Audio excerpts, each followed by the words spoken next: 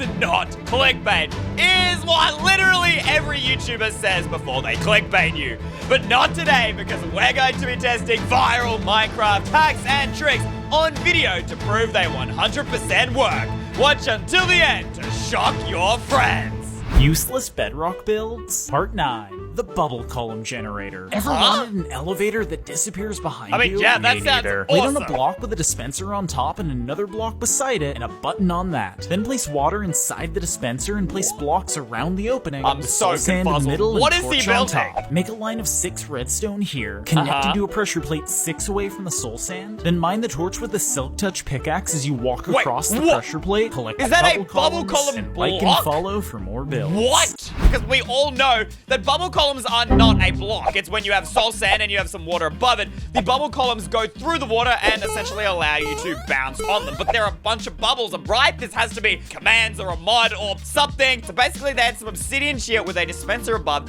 and inside they had a water bucket. Then to the right of this, we're going to crouch. While crouching, place your obsidian next to that dispenser, and then we needed to place a stone button on the front of that block. Not 100% sure what that does because they didn't click it at any point. Then we need to place another obsidian on the back here and another one directly facing this dispenser. Below the dispenser, we're going to have soul sand. I'm assuming that's what enables the bubble column block or whatever that is. And then we're going to have a torch above that soul sand. Does that make sense to me? No, it doesn't. But look, I'm just following what that guy said, all right, guys?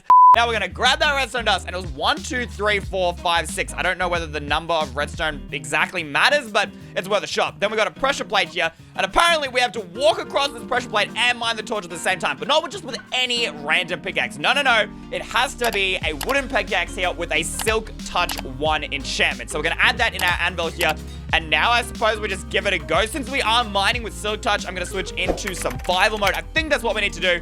And now we just gotta do this at the same time. All right, this is a lot of pressure, guys. Let's give it a go. 3, 2, 1, and mine. Did I do it right? I feel like I did something wrong there, guys. That did not work. Alrighty, I'm giving this thing one last go. If it doesn't work, I'm calling it clickbait. Across the pressure plate, mine up the torch, and whoa! Huh, those don't look like particles. That might actually be a block. No way, bro. Please tell me this is real. Okay, we're picking it up. Oh my gosh. There it is, guys, in my inventory. Tile.bubble_column.name. It doesn't even have a real block name because no player was ever supposed to get this. Yo, this is insane. What happens if I place it on the ground? It's just totally invisible. What happens if I place it in water? Do we just start seeing bubbles appear? Bro, it breaks the water. This is such an unusual block. And the guy used it to create invisible, like, elevators. I think this is really strange, guys. It's weird.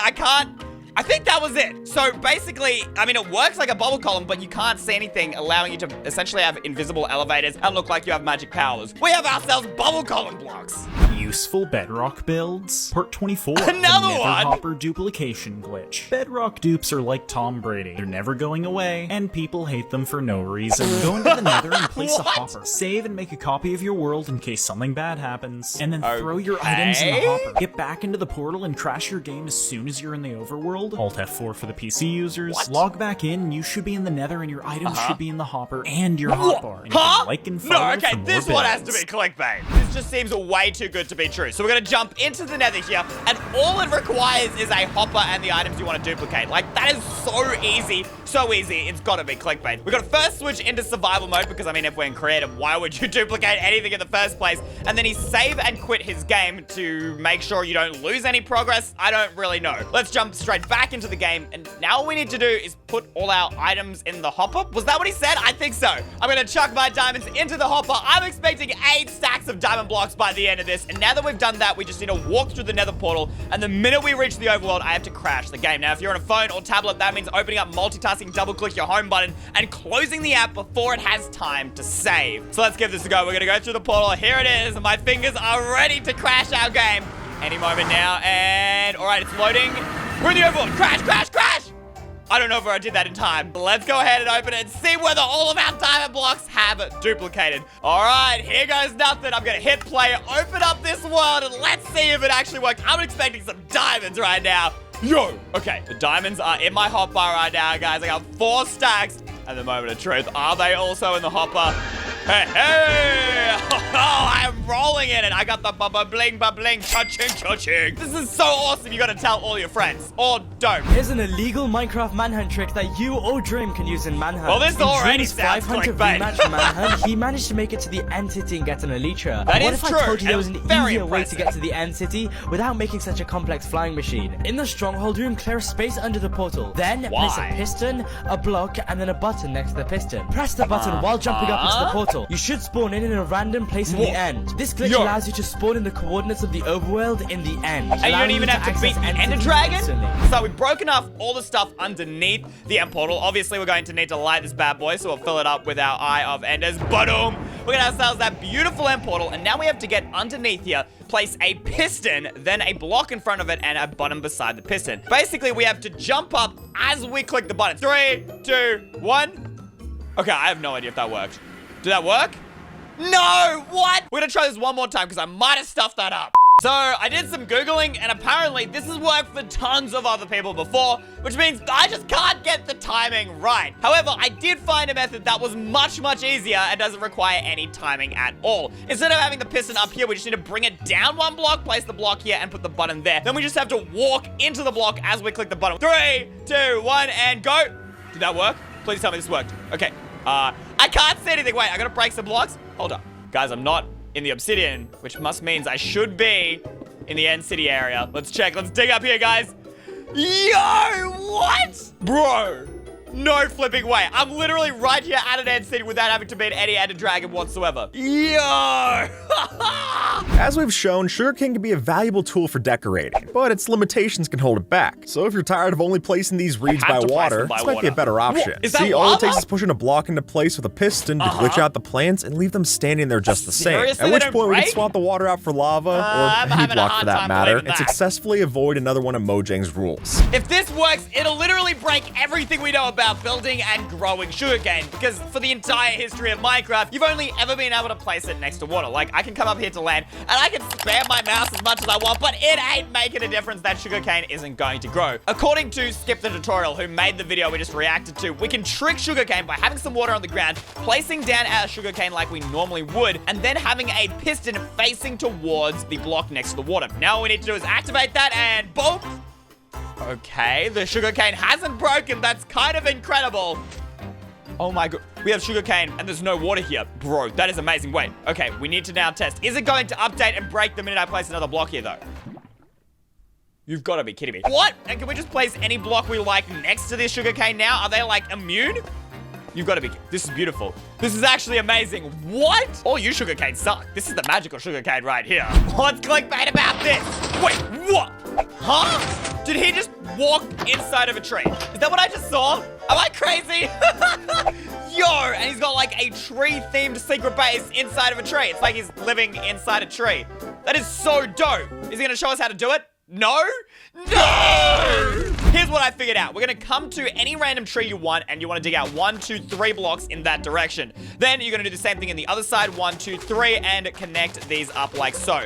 Then we need to make this hole 5 blocks deep. So 1 already, 2, 3, 4, 5, and you're gonna clear out this entire area. So we're gonna go / set amp. You can obviously do that by hand. Now, this is where things are going to get a little bit complicated. So first, we need to place down a piston. Then you wanna place down the log of whatever tree you're planning on building a secret base inside of. Now, between these 2 logs, we're gonna place 1, 2, 3 trapdoors of any kind and activate each of those. That way, when the piston pushes up, it's gonna push the entire tree up. Now, we actually need some redstone hiding away in the leaves here. So we're gonna break out these leaves just for the time being so we can modify what's going on here. And you wanna break out this log here. Then you're gonna chuck an observer on the first 2 blocks of the tree with the red dot facing in the direction of your hole. Come around to the backside here, we're gonna place a second observer facing in the opposite direction. Break out this middle block of the trunk and the block above here. Then come forward from here, guys, and we're gonna place 1 or 2 blocks of green wool. This is gonna disguise nicely in with the leaves. Break out the center block, place a little bit of redstone dust on here,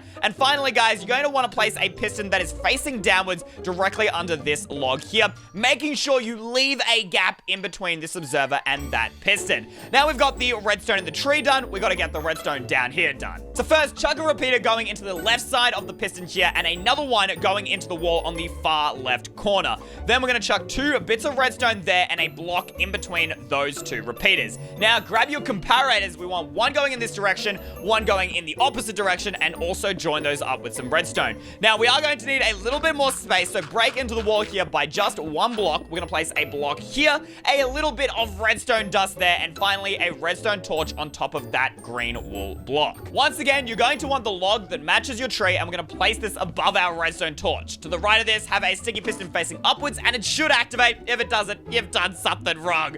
All right, then we're going to grab our note block out, and you want to place this next to your sticky piston. Then you're going to need to come up to the surface, and while crouching, place a sticky piston facing upwards next to that note block like so. Now, here's where it's going to get a little bit complicated. We need to jump below the sticky piston and place an observer facing down so the arrow is pointing at the ground. Then place another observer, making sure that the arrow is facing towards this wall, and another one facing up. Above this, place a little bit of redstone dust, put a sticky piston next to it facing downwards. Then we're going to need to place a redstone block here with a little bit of redstone dust. That should activate that piston, and then place a second redstone block below that sticky piston there. And now we're almost done. All we need to do is grab ourselves some grass, place it on that block there, and boom. Check it out, our secret base is done. When you place that redstone torch there, it opens for just a millisecond so you can get in, and then it closes up again. So now just go ahead and chuck in a bunch more leaves around your tree so you can't see all of this redstone that is being hidden away in the leaves, and that way no one will suspect your secret base whatsoever.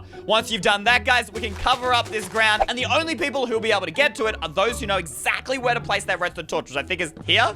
Yes, it is. Check it out, guys. We get into our secret base, and boom, we're in. And this is exactly where you'd build the entrance, and then to open it again, you click that note block, it opens, and you're out. How dope is that? I still can't believe not a single thing in today's video has been fake clickbait. It's all been real. All right, we've got a name tag here, and we're renaming this to Jeb underscore what? This makes a sheep rainbow. This is not a secret. Most people already know this. Wait, did he just eat the name tag?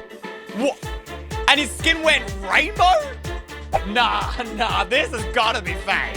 The only reason I'm testing this is literally just last week I learned that if you rename yourself to Dinnerbone, it actually does flip you upside down. We tested it and everything, so maybe this is real and I shouldn't be so quick to judge. All right, Jeb underscore, we grab ourselves this, and then we're gonna switch into survival and try and eat it. Yeah, no. Clickbait, absolute clickbait. Look at this, guys. I'm holding down my mouse and nah, I'm not chomping on that thing whatsoever. I can't chuck it down on myself. I can't name myself with it.